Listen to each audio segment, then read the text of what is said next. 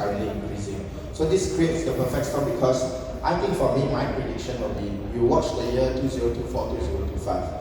Okay, from my understanding from the current market, because we actually market quite a number of properties, there are not many properties that will be completing in the year of 2024 and 2025. Not many. There are some, but not as many as how a normal market should be like. So the new launches that were launched like this year, their completion probably will be like 2026, basically most of them onwards, right? So this is a perfect storm. So what I say is that in that year, probably there's a lot of demand, and then there'll be a good time, let's say if you're looking at the prices that are going quite high, that's actually a good time basically for exit if let's say you're looking to switch or swap and things like that. So that year will be a crucial year basically. I think that you will see if the prices are up and the market is good, actually it's a good time basically for you to exit or swap or change to other properties basically. Yeah, so watch this year actually. So that's my prediction basically. Okay, and then next market update actually, let's look at rentals. Okay, and why rentals? Okay, why rentals? A lot of people say I buy property for capital appreciation basically, right? Most people do that. Or some people will tell them you want better rental yield or you want capital appreciation. And for most people, what will you answer? Capital appreciation or rental yield? Rental yield. Okay, both. Actually, most people will answer both lah. Of course, both. Okay. Of course, you want essentially to be able to do both. But why I always focus on rental? Because rental is the basis of majority of the properties. What I mean by that is like if rentals go up, generally also property prices will go up because property prices will actually hover at a certain rental yield per annum basically. So if the rentals go down, then property prices sometimes a bit harder to go up. Because what happens is that when rentals go up, then actually people will see, hey, I'm paying so much for the rental, I might consider buying for the same price. You get what I'm saying? Yeah, so we look at it, that's one. Second is actually why we look at rentals. Actually, rentals is the base or baseline. So for me, like let's say I'm an investor, right? If a property is easy to rent and the rental is good, we have actually higher and better holding power. And that's not just for you, for every other investor it's the same. So if the property, if the rental is good and easy to rent, then nobody really wants to sell, correct? And when nobody really wants to sell, that keeps the price well or the price holding well because I don't need to sell if I'm making a positive cash flow or I'm making even, I don't need to lose money on that. So if I can get a good price, I sell if I don't. So those are actually factors that will create actually prices to go up. So for me, always look at rentals as the baseline. And the other point is also rental used to be the long-term investment game, I call it, okay? What it means is that traditionally, how you would invest in a linear way would be, I buy a property, I collect rental, the rental covers the property installment, and then after the end of the loan tenure, maybe 20, 30 years, I actually have the property for free. And whatever value I get at the end of the day is probably similar to what the value of the property today in the future money, assuming the inflation and the capital appreciation is the same one. Okay? So what I'm just saying is that for most people, basically the original or the traditional investment scheme is buy a property, let the tenant pay, at the end of it I have a house for free basically. Yeah. So for me this is the baseline. So those people that are doing more like speculative, I think this one is good, buy 2 years later free, buy 2 years later. I think there are space for that. Sometimes we look at that as well. But I think the baseline, everybody should have some form of like rental properties to be your baseline because those are all safe properties. If anything happens, you just if anything happens, then you just, the rental is positive, so never mind the price I wait is okay because every month I'm collecting rental which can cover or make positive rental. So I think rental is very important to look at for that reason. Okay, so rental market update. So this one I've taken from actually Property Guru Rental Market Index of, this one is Q1 of 2022, is the only report we have. So what you can see is the index prices, roughly about that. So rentals, actually just to let you know, in a year, rental prices don't really generally jump so high. Maybe in the range of sometimes 1 to 2 or maybe 3% per annum is already considered quite good, right? So most of the time, how many of you like owns property and then like year to year the rental actually increasing one? Any of you? Or most of it is stagnant for the rental for many 5 years, 10 years. I think for majority people, the rental is more or less, sometimes increase a little bit, right? But also depends on area. Some areas rental increase more than others. But generally the overall market rental per year actually will jump up few percent maximum. It will not go like 5-10% increment generally in the market, okay? So but now, we look at this index, okay? So you can see that the supply, okay, so this one they use digital way of calculation. So the yellow line actually is saying that the number of listings that are up on their website. Okay, which means more listings generally means more units available for rental. But you can see here, the purple one is actually the demand, which means more people are actually, how many people are actually searching for properties to rent, basically. So whenever the yellow line is higher, it means not so good. There are more people, they are putting up the listings, but there are less people to rent. But now in this chart you can see the purple one is much higher than the yellow line, which is a good position. That means a lot more people are searching for property compared to what's available to rent, basically. In general, okay? Then the only times that it has dipped, if you look at this chart, are these two. And what do you think these two is? Q2 of 2020 and Q3 of 2021. What's these two? Do you all know? Yeah, MCO. So those are two lockdown periods because they're not searching because you cannot even go out of you, and they're not searching because you cannot even go out. But generally, you can see the trend of rental is actually there, getting more and more actually. Okay. So next one. So this is a good part, right? So demand is increasing for rental, basically. Okay. Next part is like the actually top 10 performing projects among renters. This number is not accurate to the chart, but you can see the list there, which is the more important one. So these are the high-rise condos. Below they show the landed ones, but I'll show you high-rise condos because generally high-rise have better rental yield, so we get that. So you see, De La Tour, Sunview, The Hub, iSoho, United Point, Residency, Premier 737, Emporia, Central Point Suite, Apartment, Southlink, and also Sky Suite. So what does all this have in common for the ones that are easy to rent? Anybody can see and tell me? Like, what do you see the common thing among all of that? Sorry? Student market, not exactly, only the first one is student market, maybe De La Tour, right? Yeah. Anything you see celebrity video, all of that, if you're familiar with any of it. I had to do some research because some I was not sure, okay? And there's a reason why I was not sure, yeah. Small size, yes, more or less small size, not very large size, correct? So not so, but small size is quite common, there's more demand. But the main key thing you will see all of this is this one. What do they have in common? Is actually majority of them, except De La Tour, are less than 5 years old. They're all new condos, right?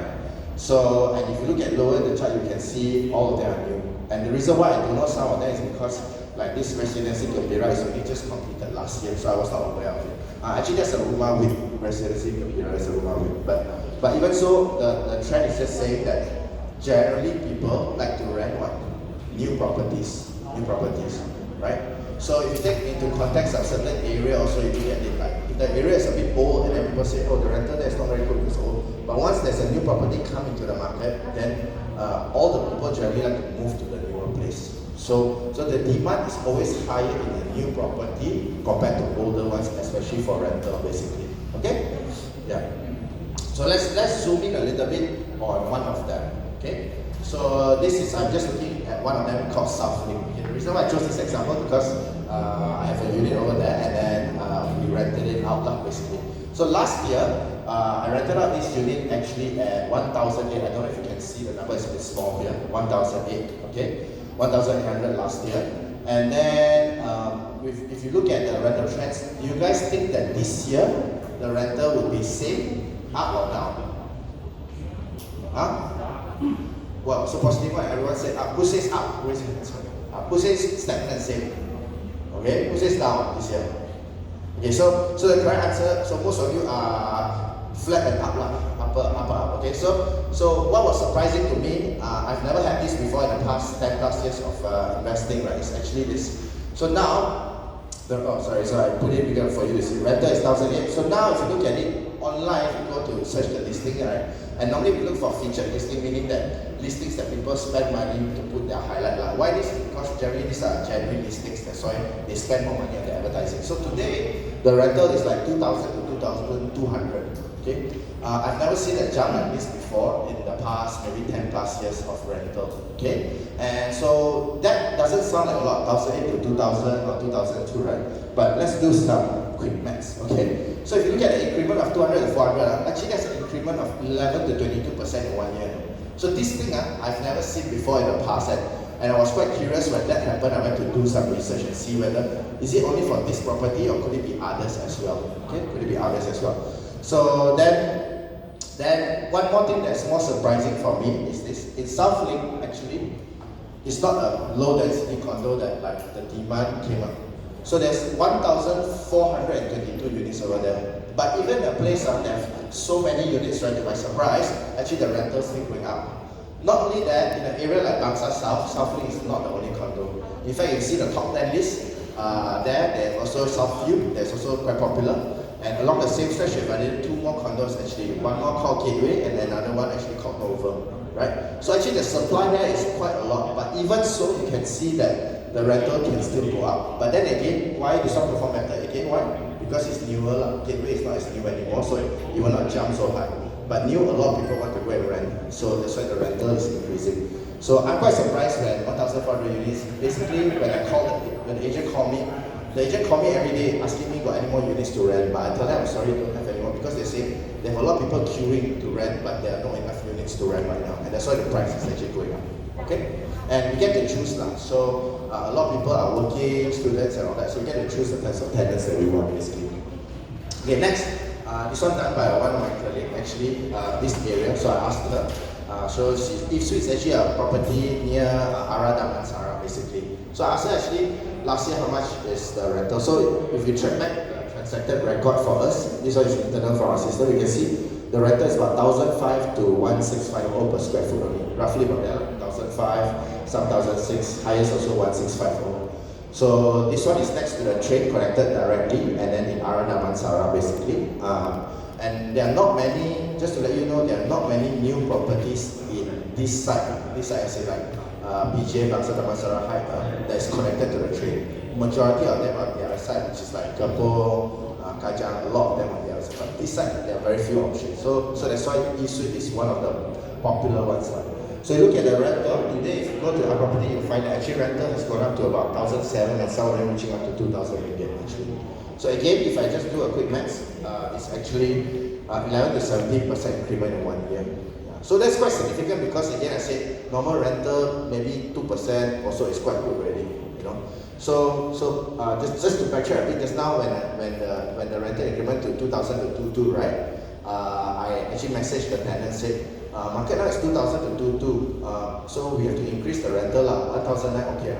Straight away they immediately agreed okay because they know that the rental is good. So for us, we always find a win-win situation because he's an existing tenant, they are good paymaster, continue tenant for that. I don't lose any money so much as long as I get a good tenant. Because later you will see that vacant period is less, actually you save on that, and then you also save on the agent fees, you don't pay another month. If you lose 2 months, actually you lose more than 1 to 100 that's over there. So it's really for both. So then I'm thinking maybe I should have just said 2,000 instead of 1,009.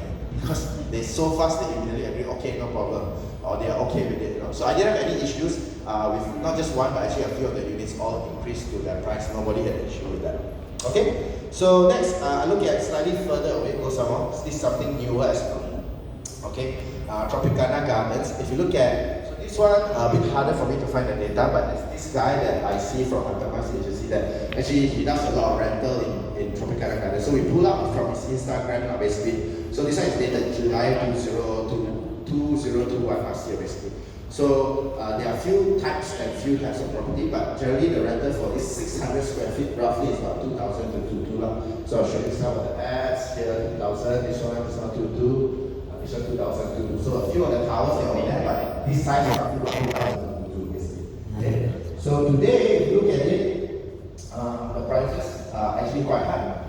They are asking now instead of 2 to 22 now, they are 2, 3 to 25 increment in rental. Again, rental here, so which is quite interesting. And I will also show you just now the ads that I show you. This is him also actually marketing now units at actually 2.5 already basically.